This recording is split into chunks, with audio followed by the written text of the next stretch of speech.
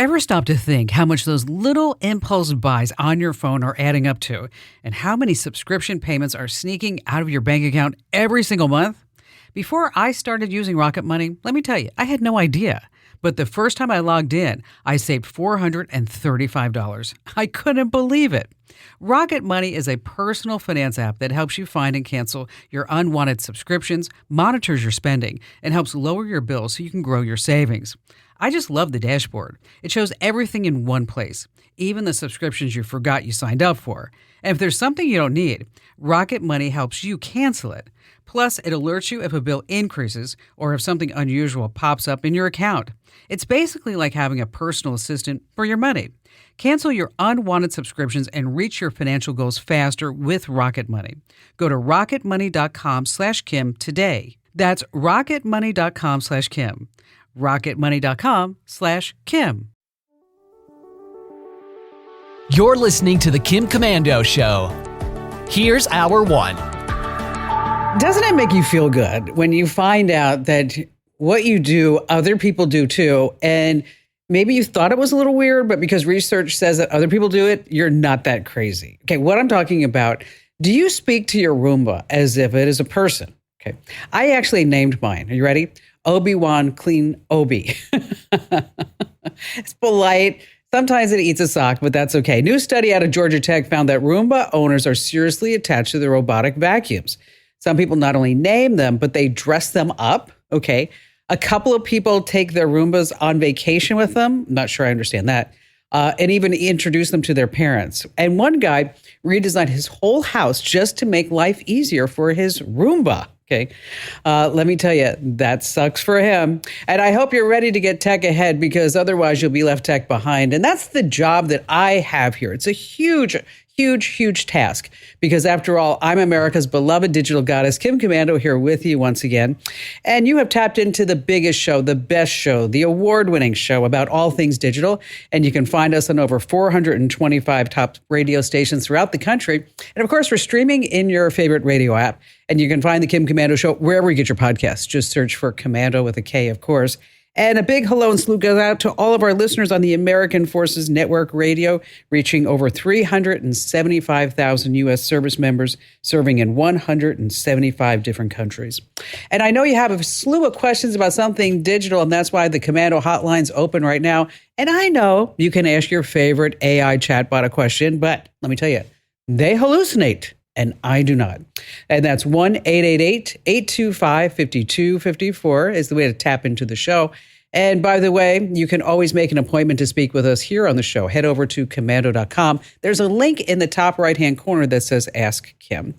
All righty then, every single day of my life, whether it's weekends, weekdays, vacations, national holidays, I actually hop online and I have a laundry list of, say, 35 to 50 different places I go to make sure that I understand exactly what's going on in the tech world, so that then here on the show, this transference of intellect and know-how happens from my brain to yours. And here's 5 things you need to know that's happening right now. And we're going to start with Steven Spielberg's science fiction movie, Minority Report.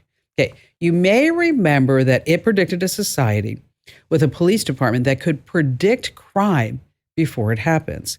Now, if New York's Metropolitan Transportation Authority gets its way, AI is going to bring what was science fiction into reality. The New York MTA says that they have strategically placed AI cameras in all the subways, and it can predict when bad things are about to happen. And the cameras focus on people's actions, body language, and behavior, not facial recognition. So the AI algorithm predicts when someone's about to do something violent or dangerous. And then nearby police, once they have everything all working, they're going to be routed to the scene before anyone's harmed. So the film used the word pre-crime, which is exactly what the New York MTA is working on. Moving on to number 2, this is really something.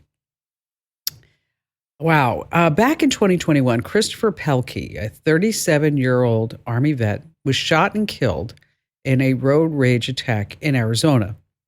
Now, last month, during the sentencing of the man who took his life, his family did something that has never, ever happened in a courtroom before. Using AI, Pelkey's family recreated his voice, his face, and even his sense of humor for a powerful video victim statement. It was actually written by his sister, who says she tried to get inside her brother's head and speak the way that he would have if he were alive. So this AI version of Christopher looked straight at his killer and said this. It is a shame we encountered each other that day in those circumstances. In another life, we probably could have been friends. I believe in forgiveness and in God who forgives. I always have, and I still do. Wow. Okay, the judge said he was so moved, he gave the maximum sentence, 10 and a half years. Moving on to number 3. Wow, this is incredible. Let's say you post a selfie, you look at it, and you're like, hate it, delete it. Well, at that very moment, split second, Facebook and Instagram, they target your insecurities and try to sell you something like skin cream. According to a former Facebook executive, the company tracked when 13 to 17-year-old girls deleted photos and then hit them up with beauty ads, the exact moment that they felt they weren't attractive. Sarah Wynne Williams worked on the inside as a public policy director. In her new book, Careless People, she says Facebook also built tools to hunt down when you had low self-worth, searching for people who said they felt worthless, stupid, or anxious. Wow. Now, of course, Facebook says, we didn't do any of that. The rest of us go, yeah, sure you did. Moving on to number 4, any new car is just loaded with tons of tech and touchscreens, voice commands. The Wall Street Journal reports drivers love new car tech, but to a point. Shocker there, said no one. Wireless charging, heated, air-conditioned seats are big hits. So are assisted driving. But when it comes to passenger video screens, infrared night vision, gesture controls, touchscreens everywhere, we stop. 90% of drivers hate using touchscreens in their cars. So now automakers are walking back. Volkswagen says for their next-gen cars, they're going to have buttons. Yes, good old buttons for volume and seat heating and air conditioner controls and hazard lights. Yes, the big triangle button, not going into a touchscreen saying, I need those hazard buttons. I hit the hazard lights. Anybody? And finally, this coming in at number 5, Cardinals, they're all gathered on the conclave to elect the new pope. But what type of qualifications do you need to be a pope? Well, the Holy See posted a job on LinkedIn. Seriously. Qualifications to lead 1.3 billion Catholics, including me. Here's what the Vatican listed. You need to be a baptized Catholic male, sound mind, not excommunicated. Okay, you would think. Eligible to be ordained as a bishop. Mature age, already a cardinal, known for personal holiness, moral integrity. And then under the stronger preferred section, fluent in Latin and Italian, known for wisdom, holiness, a strong moral background, a decent singing voice, doesn't hurt. I'd like to add, can sit through a 3-hour mass without looking at your smartwatch. Must be fluent in Latin and TikTok trends because, the Vatican needs a little algorithm boost. And how about capable of blessing smartphones and selfies in one motion? In nomine Patris et Instagramme. Okay, maybe not. Let's see. We are going to be talking about making self-destructing USB drives. I know that's going to bring them all in. It's not the most exciting topic, but when I tell you about it, you're going to like it. Wrong number scams are on the rise. How to protect your security cam. We have just the best callers ever here on the Kim Komando Show. All right. Imagine that I give you $500 and then I say, hey, you have an extra $500 to give to someone who really deserves it. That's our pay it forward challenge, meaning that you're going to get $500 and then you're going to tell me who else needs $500 and I'm going to send them $500. So to enter to win, here's what you need to do. Go to winfromkim.com. Once again, that's winfromkim.com. I know you're sitting there saying, well, what happened to all the gadgets? We're mixing it up a little bit. winfromkim.com. All right, joining me here on the Kim Komando Show, as always, is our amazing Andrew Babinski. Hi, Andrew. Hi, Kim. Okay, when we start making money, we'll get real sound effects. Fair enough. Okay. All right, so have you ever named one of your gadgets? I haven't. My kids have. What do they call it? We had one of those vacuums, and their grandma had one, and they called it Rusty, so we named ours Dusty. Oh, like there was one guy who named his the notorious DUST. That's good. I like that one. Here's the other one. Dirt Vader. That's smart. Dirt Vader. Sir Sweeps a Lot. What was yours? Obi Clean Kenobi? Obi-Wan Kenobi. Oh, that's so bad. It was. I know. It doesn't even fly off the tongue. Well, I could have been Crumb-believable. I don't even understand that one. Like Crumb-believable. Okay. Clean Eastwood. I like that one. Clean Eastwood. All right. Okay. I'll give him a new name. All right. So our first caller sent me this book. What is it? Life of a Golden, an autobiography of Bella. Bella wrote this book. Your dog? Not mine. John did. Oh. John, who's our caller. Look at all these nice pictures. But I read the whole book from top to finish. There's 0% chance you read that entire book. All right, I lied. I looked at the pictures. Did you think I was just going to let you skate on that? Yeah, I thought you would. No way. I thought you'd be like, oh, well, maybe she did read it. You don't even read some of the stories we do for the podcast, and those are like 4 paragraphs. I know. It's like, well, I didn't get to that. I was in that. But, so I read the whole book looking for the paragraph in here that would say, here's how you potty train your Bella puppy golden retriever without putting matchsticks up her butt. Oh, I was going to say, is this a continuation from last week? And John, welcome to the show. Thank you for the book. You're welcome very much, and I hope you enjoyed it. And if you really did read it all the way through, I'm impressed. She did. Thank you. She did. Okay, Yeah. I didn't. There's a lot of pictures, so she looked at the pictures. I love Bella in the little captain's hat. Oh, isn't that wonderful? Yeah, And she didn't crash the boat either. that's important safety a good feature. captain. Yes.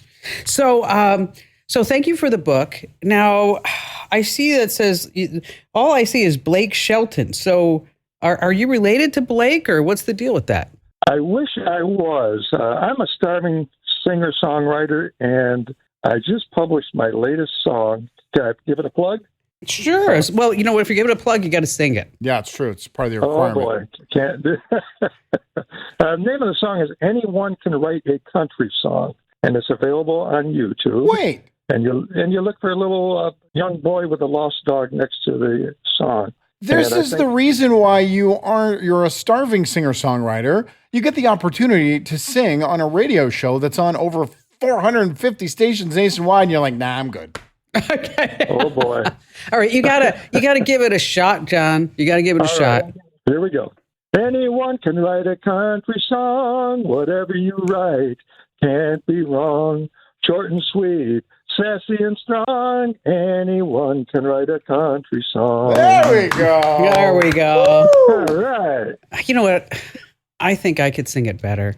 Wow. I'm sure you could. That's why you got to listen to the song. Anyone can write a country song. John, I think you did it better. Okay. So what's going on? Okay. Well, I wrote this song and I published it on YouTube and shared it with a bunch of my friends. Many of them are very good musicians, and I trust their recommendations and their opinions. And they said, John, this is the one that's going to finally put you in the forefront and get picked up by some superstar. The song I thought would be perfect for somebody like Blake Shelton, Keith Urban, Brad Paisley, or John Rich, or any other rising star like that. So when I was doing this, I self-promoted it. I went online and found a website that promised to give me all the artists' addresses, phone numbers, their agents, and producers. So I sent out about 200 emails and letters to these mainstream artists, and including Keith Urban and Brad Paisley. And almost immediately, I went to Blake Shelton's website and I posted the song, and almost immediately I got a response from him and said, John, I really like your song. I want to take it to the next level. I want to work with you. Awesome. And after a few back and forth communications progressed, finally I got his offer, and he said, because of my stardom, I can do things a little bit differently. So you send me $6,000 and we'll split the studio costs. And I thought that's a big red flag there. Thank goodness you saw that as a red flag. I know. Because you know what? We're all sitting here. Andrew and I are sitting here going like, oh, God, please tell me he didn't give the money. Tell me he didn't give the money. Tell us you didn't give the money. So I called him out as a scammer, and then it got very interesting. And he sent me a video of him, this Blake Shelton, saying, "John, I know you don't believe this is me, but this is Blake Shelton. Yes, it's really me." And I looked carefully at the video, the mouth movement, body language, and it looked and sounded just like Blake Shelton. I showed the video to my wife, still not convinced that it was real, but I told her I thought it was still a scam. But boy, did that look real. And it's amazing. I know you talk about AI all the time, but I also figured that, wait, Blake Shelton does not have time to negotiate individually. No, he'll have an agent. And he doesn't need $6,000 for a song that would turn into a big money hit. No, he's not going to. He doesn't need studio time. He doesn't need you exactly. He probably owns like 6 or 7 of his own studios. Yes, exactly. Oh yeah. So here was my out. I thought I could call him out. I told him, well, my agent will work directly with your agent, and so give me the details of your agent's name. And here I got another video message back to him from him. And it said, "John, no need to go through an agent. I can make you the best deal because I can do things differently." Again, it looked very convincing, very authentic, but it still had scam written all over it for the obvious reasons. He doesn't need the money like this. No, but you know what? But I'm glad that you recognize that it was a scam. Yeah. Because it seems like every week we're taking a call here from somebody who loses anywhere from $50,000 to over $1 million on something that they've gotten taken for. And thank you for the book.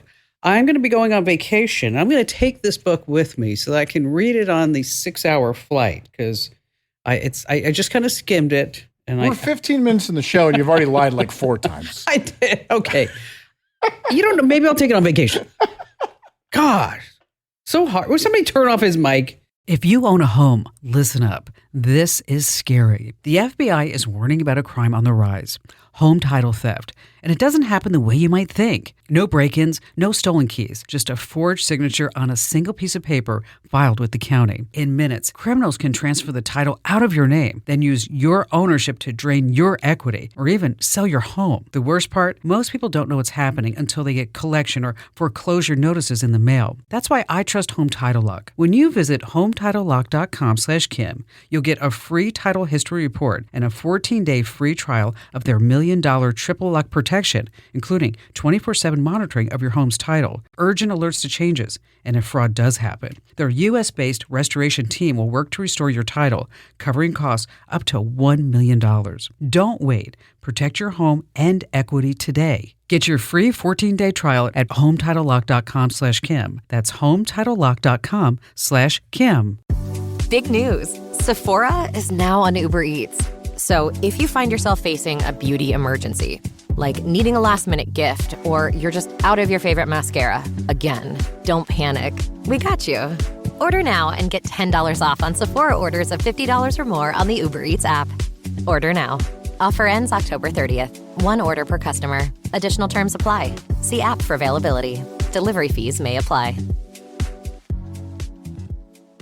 The family that vacations together stays together. At least, that was the plan. Except now, the Dastardly desk clerk is saying he can't confirm your connecting rooms. Wait, what? That's right, ma'am. You have rooms 201 and 709. No, we cannot be 5 floors away from our kids. The doors have double locks. They'll be fine. When you want connecting rooms confirmed before you arrive, it matters where you stay. Welcome to Hilton. I see your connecting rooms are already confirmed. Hilton, for the stay. Have you ever lost a USB drive, Andrew? Yeah, probably at some point, sure. Have you ever thought about, what if I lost the USB drive because I had all this important stuff on it? And then what if the person, when they tried to get it, they could not open it? As a matter of fact, it would self-destruct. Has that ever kept you up night after night thinking about that? Oh, no. See, it's these type of tips that are just going to bring in the audience. You know, our ratings were up 20% last book. What do you think? Is this going to bring them in? Oh, that's it. I mean, 20% is nothing. We're looking at 500% increase. It's called VeraCrypt, V-E-R-A Crypt. It's a free open source software you put on your USB drive, and you can make it have a vault in a vault. So when they open it up, they see one type of file, but behind it is a whole different folder of all this other stuff. Now, if you want to go full secret agent, you can make the USB automatically erase itself after so many wrong password attempts. See, this is like great stuff. Again, it's VeriCrypt. We've got the download links and the steps on how to do it over at commando.com. It's like Mission Impossible stuff right there. I was waiting for somebody to play the music. I really was. Dun, dun, dun, dun. Oh, we probably can't afford the rights. Yeah, well, we're working on that. Hey, wrong number scams are on the rise. We've got a tip about protecting your security cam coming up in just a bit. Wow, this looks like a great call. Ken in Cleveland, Ohio. Hi there, Ken. Tell us what happened. Yeah, I had a Apple Watch that alerted me and got me to the hospital and quite honestly saved my life. Wow. So what were you doing and how did it alert you? And give us the whole backstory. Yeah, so basically I'm a very fit, healthy individual, but in the morning that this all happened, I got an alert on my watch that said my breathing had increased. And you take a certain number of breaths per minute, kind of monitors that. It said your breaths per minute had increased over the last couple of weeks. Called my son, who was a medical student at the time. He said, go get it checked out. I went to urgent care, did all these tests, even did an x-ray, and determined it was bronchitis, sent me home. That night, my blood oxygen monitor on my watch said my blood oxygen was dropping from mid-90s, should be mid-90s to upper 90s. It dropped to mid-80s. Oh, boy. And called my son again and my wife, and he said, you better go to the emergency room. And so I went to the emergency room. They immediately got me back there. They did this test called a D-dimer, which, if you're depending on your age, anyways, it should be around 600. Mine was like 12,000. Oh, gosh. And that meant I had blood clots, significant blood clots. So they rushed me up to ICU, hooked me up to all this stuff, did some more tests, and they determined I had blood clots all over my lungs. Oh, my gosh. And basically the Cleveland Clinic fixed me and determined they didn't have to operate. But if I had not gone in that evening, if I had not gotten those two alerts, basically the doctor said I probably would not have woken up the next morning. Oh, wow. So was it a misdiagnosis the first time you went in? No, because what they're supposed to do at an urgent care when they did the x-ray, because the blood clots were completely covering my lungs, they couldn't see any contrast. Usually if you do an x-ray and you've got blood clots in your lungs, you'll see a patch here and there. Mine, since they were completely covered, there was no contrast. So, no. Okay. I don't think there was a misdiagnosis. So when you say you're fit, are you a runner? I'm a runner. Yeah, so I've been running. I've been eating healthy. We go to the Cleveland Clinic for functional medicine. We've been doing that for 10 years. So if I wasn't healthy, I probably would have never woken up even sooner. Were you having trouble breathing? Is that why they thought it was bronchitis?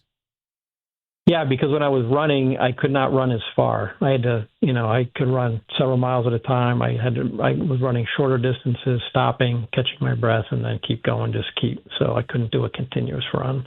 So that's why they thought it was bronchitis. Wow. And so what's the prognosis now?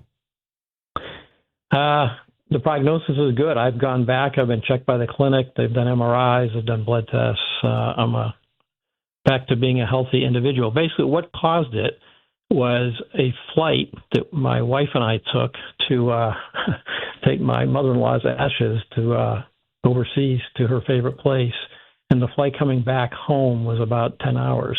And so sitting for a long period of time, if you're over the age of 50, basically the doctors say now I have to take a pill, blood thinner when I travel more than 3 hours. So I have to take that day of, day after, day before. And then you have to get up and just walk around every couple hours. Mm-hmm. Just sitting straight for 10 hours straight is not good. And that's what caused the blood clots. Do they recommend compression socks?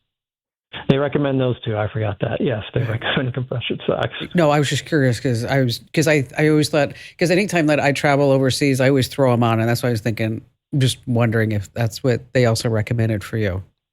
Yeah, they absolutely did. Yeah, so I have to do that as well. And that's flying or driving. It basically any long distance over 3 hours. Compression socks, take the Eliquis, which is a blood thinner, and still, even if you're driving, get up and get out and walk around for a little bit every couple hours. The fact that the Apple Watch saved your life, do you wear like 7 of them now? Like one on each wrist, around the ankles? No, I still wear the one, but I've recommended them to all my friends. And another interesting story here. When I got home from the hospital, to say I was grateful would be an understatement. And I sent an email to Tim Cook, who's the CEO of Apple, like 5 o'clock in the morning, and he responded to my email within did he? 2 hours. Wow. Yes, he did. Wow, that's awesome. That's great. And then they actually set up some interviews for me. So I did some interviews on television locally here. They wrote some articles. So, well, gave me the bug to get into the media. Well, I remember now after hearing your story, I remember seeing a picture of you, and I mean, you are fit. Well, thank you. Are you hitting on him? No, I'm not hitting on him. I'm Right, talking about his wife. check in. I'm just saying. That's all. There's a question. I'm just saying that he's somebody, when you see Ken's picture, you don't think of somebody who is just moments away from death. This can happen to anyone, is what you're saying. Yes. especially a caller that you're hitting on during a radio show. I am not hitting on him. I'm married. God, Ken. I don't know what to do with this guy. I'm feisty today. Leave me alone. He's totally, you know what he did? I don't know if you heard the last call. The last guy sent me a nice book, and I said, I'm going to read the book. And Andrew's like, no, you're not. No, you're not. You're not going to read that book. You don't even do show prep. What makes you think you're going to read a book? I'm having a good show. I really am, Ken. Yeah, sure. Right? Yeah, sure. Well, boy, if that's not motivation to go get an Apple, maybe we should wear the Apple Watch. You know, it also is motivation. I have an Apple Watch, but it's old. It's like generation 1 that I need to probably update that, because on the newer Apple Watches, it has all those health features. Yes. And then it automatically calls 911 if you pass out. And it, the only problem is that the reason why, well, let me tell you, let me ask you, why did you stop wearing yours? Because I switched to a Samsung. Okay. But now you're back. Yeah. Okay. I stopped wearing it because I was getting like obsessive about the data. Oh, you were checking everything every 2 minutes? Yeah. Heart rate variability. Better see that. 1,212 steps. Exactly. 102,014 steps. It's like, wait a minute. You're missing some steps here. What is going on? I think I'm going to start wearing mine again. Well, hearing Ken's story, I don't blame you. Exactly. Might as well. I mean, instead of like not knowing. Right. All right. Do you have security cameras in your house, Andrew? Yeah. Doorbell camera above the garage, camera in the back. Have you set it up properly? Meaning like you got it on the network. You changed the passwords. Sure. Set up 2-factor authentication. If I haven't, I'm not going to admit on a national radio show that I haven't. Okay. Have you also locked down your router, the admin? Well, I have a mesh network, so my router goes through that. So it's good. A little bit more security there. So you want to get the highest level of encryption that's there. And so I just want to pass that along, because if you don't protect your security cam and your network, it's that anybody can have access to it. I mean, we've taken the calls here time and time again, like, somebody's talking to me through the baby monitor or whatever it may be. And typically it's because you haven't taken the proper steps. So just a little reminder to protect your security cams, lock them down if you haven't already, get some updates. Because let me tell you, it's not like the camera manufacturer is going to call you up and say, just want to let you know that we have updated it because we were getting hacked. No, it's up to you to get the firmware update. So Andrew, what do you call worms in front of a home security camera? What do you call worms? I don't know, and I don't care. Ringworms. Oh, gosh. I'm so excited to say that punchline. It was so good. All right, stay right where you are. Later on, the wrong number scams are on the rise. I can tell you more about that here on the Kim Komando Show. All right, there's a scam that's spreading like crazy. I'm going to be telling you about that here on the show. But let's see. Jeremy in Indianapolis, Indiana. Hi, Jeremy. Welcome to the show. We're glad to have you with us. What's going on?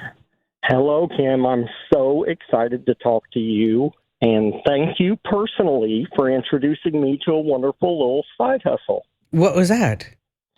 user interviews. I learned about it on your newsletter. I get it every day. I always stay tech ahead, always. I'm not the old man that looks to my son to fix my phone. I do it. Good. And that's because of you, really. I've been listening to you forever. But user interviews, I've made over $500 in the last month just doing little research studies. So give Andrew and I an example of what you had to do to get the $500. Okay, so I go on to the website, user interview, and then you set up your account. And it's going to ask you your demographics, how much money you make, what type of job you have, and all of those questions are geared towards, they want to know, what type of studies to show you to apply for. And they tell you to apply to 5 to 10 studies per month if you want to get picked. I was lucky enough to get picked almost immediately because of my job. I'm a warehouse fleet manager, and it was a fleet manager research study on a product they were building. And that evaluator gave me the highest marks that they can give, saying I was very talkative and informative. And after that, it took off. Almost any research study I apply to, I get. And so once you're done, one day later, sometimes an hour later, you get an email, and it says, click this link to pick whatever incentive you want. And you can pick a prepaid virtual Visa card every time. Oh, nice. And how much did you get paid for your first one? $50 for 30 minutes. And I did it while I was at work, so I was double dipping. Don't tell anybody that. You were at your lunch hour. Hello. Jeremy, you're gonna get in trouble. Well, okay. At the work building, yeah, on lunch. Mm-hmm. Wink, wink, nod, nod. Yeah, sure. Well, I'm really glad that you called because, we have all these different things that we pass along in the newsletter, and here on the show, we don't always get feedback. It's like it goes into a vacuum, and we're like, I hope they liked it. I hope they're using it. Of course, there are other places you can go. There's respondent.io. There's Prolific. There's user testing. Maybe I should try this. Maybe I could make some extra money. You could. It's so very easy. I mean, and in 30 minutes, the average is $50 for 30 minutes. Who doesn't have 30 minutes? Me. Okay. Have you gotten any that have paid really much lower than that? No. Good. That's the lowest I've had. The highest I've had it was a 90-minute research study about sump pumps and homeowners. I couldn't qualify for that. That was like a panel interview, and it was $150. You had to talk about sump pumps for 90 minutes? Well, so, it was just asking, like, what do you do in your basement for flooding? And there were 5 other people on the Zoom call, and 90 minutes later, $150. I'll take it. All right. I wouldn't be able to qualify for that. I don't know. I wouldn't even know what a sump pump looked like. 60 seconds in, that screen would be blank and you'd be hung up on. I could probably baffle them with my brilliance. About sump pumps? About sump pumps. Okay, maybe not. Say. Jeremy, thanks for your call. Once again, that site is userinterviews.com. Hey, just a plug for the newsletter. If you're not getting the newsletter, this is what type of stuff you're missing. People are getting paid because of the newsletter. Exactly. Sign up. GetKim.com. Susan in Tempe, Arizona. Hi, Susan. Hi, Kim. How are you? Wonderful. What's happening? Well, I've actually been looking for a way for a couple of years now to combine, a bunch of short videos that I have on my iPhone. Mm-hmm. And to be able to make a DVD for my kids. I was really looking for like a central location, an app or a website where everybody can contribute their little videos. Okay, first of all, we're not making a DVD. What are we making? We're just going to make a video. We're going to put it on YouTube. Susan, if I handed you a DVD right now, would you be able to play it? Yeah.